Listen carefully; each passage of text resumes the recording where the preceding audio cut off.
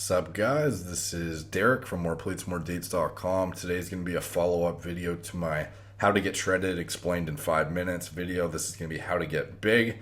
So first thing, eat enough calories. There's so many guys out there that just don't eat enough, and then they ask why they're not growing or they have subpar results in their bulk or what have you. So first thing you want to do is use the calculator in the video description below. Calculate your maintenance level of calories with this calculator, factoring in your activity level, your age, your weight, all that kind of stuff. Start with, I'm going to also put in the formula you want to use because there's 3 different formulas and there's a particular one I recommend using. I find it more accurate as far as finding your maintenance level. So first thing you want to do after you get your maintenance is start with a 300 calorie surplus per day on top of that maintenance level and go up from there. So basically, you want to eat that surplus of 300 every day and milk all of the weight gain and muscle gain out of that 300 surplus that you can until you've plateaued in weight gain for a full week. So if you've literally not gained anything for a full 7 days, then you can add 100 calories on top of your total daily caloric allotment and rinse and repeat.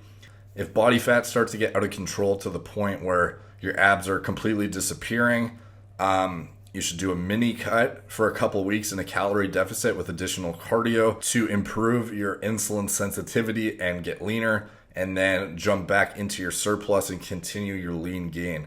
And through this cyclical process, you can gain lean weight instead of just getting super fat in the off season or your bulk.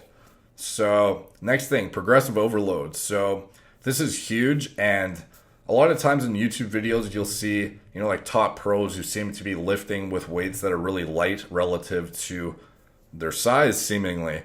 But one thing you have to consider is a lot of pros, they've already reached the level of size that they need, and they're just trying to bring up lagging body parts and are trying to ensure their longevity in bodybuilding by using lighter weight to remain uninjured. So typically, though, during their rise to get their pro card, when they were putting on all their size, most of them were every single week trying to beat their numbers and hit, new strength PRs in the gym. I don't mean 1 rep maxes, but I mean beating their numbers on their, main exercises each week, whether that be a 12 rep range. They're trying to be stronger than their previous week on that 12 rep range for that particular exercise. So progressive overload is absolutely essential to incorporate into your routine. If you don't try and get stronger each week, you're not giving your muscle a reason to adapt and to grow. So regardless if you're having enough calories, if you're training 6 days a week, not that you have to do that, but just an example, or you're on tons of gear or what have you, if you're not trying to actually give your muscle a reason to grow, you're just telling it you're going to be using the same weight every single week and it doesn't need to get stronger to adapt to it, it's not going to grow. So you got to try and employ progressive overload each workout. Next thing, it's a totally separate topic and I can't delve into this in detail in this one, but be smart with your macronutrient allotment. So just because you're eating, hypothetically, let's say you have a 3,000 maintenance and you're eating to start at 3,300 calories for your bulk to start, just because you're eating 3,300 calories, it doesn't mean those 3,300 calories can come from anywhere. So typically, you want to have at least 1.5 times your weight in grams of protein, in my opinion.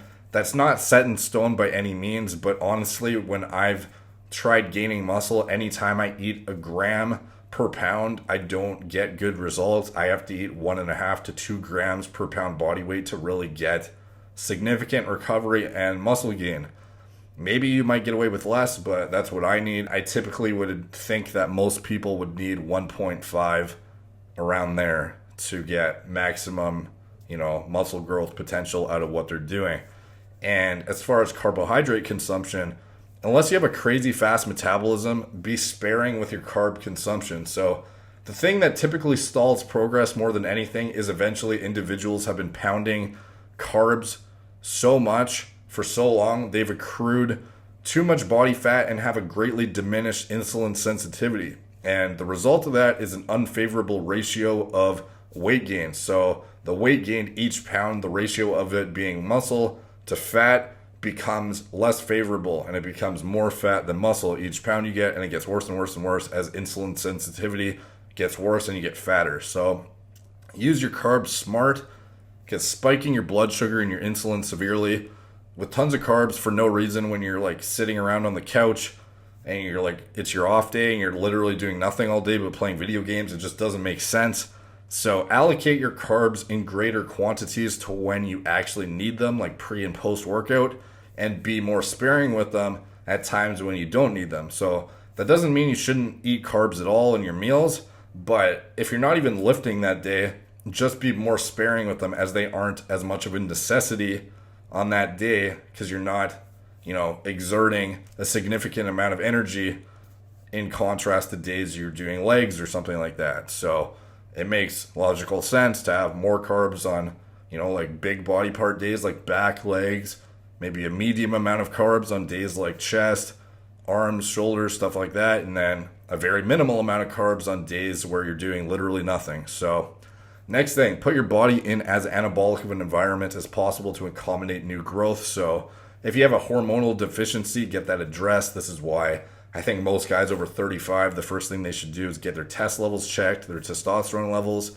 as many guys totally sell themselves short in the results category because they operate on a subpar level of hormonal function. So by putting yourself in an anabolic environment, or as anabolic of an environment as possible, you give yourself the maximum potential for muscle growth. So I don't mean go pound a bunch of GH and gear and SARMs and whatnot, but you just need to understand that the more conducive of an environment your body is in for muscle growth, the greater your overall potential is. So whatever kind of capacity you want to take that to in terms of what you're willing to take, what you're not willing to take, that's totally up to you. But just understand that hormones play a huge role. And if you're eating perfectly and training hard as hell, if you have a test level in the gutter, you're not going to grow, or you're not going to grow well at all. So just be aware of that. And, it's good to see where you're at too. So if something's not going your way, you know why at least, and how to address it. Last thing, do this consistently for years without giant breaks. So this is the biggest pitfall. Anyone can have a perfect day of dieting or training, and many people do, and they feel super good about themselves, but it's the guys that have perfect days consistently for countless days in a row that actually make super fast progress and consistently make significant progress. It's not necessarily fast, but they actually make good progress. And I'm sure a lot of you who've been to the same gym for years in a row, you've probably seen a lot of the same people coming and going. And some of them are regulars and have been there for years and seem to, work out every single week, but for some reason they don't progress at all.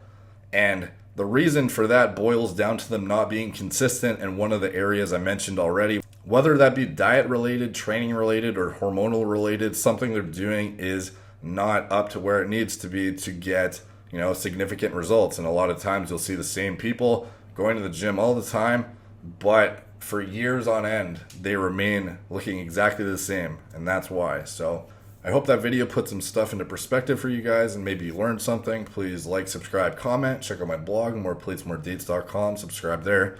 Thank you guys for watching. Talk to you soon.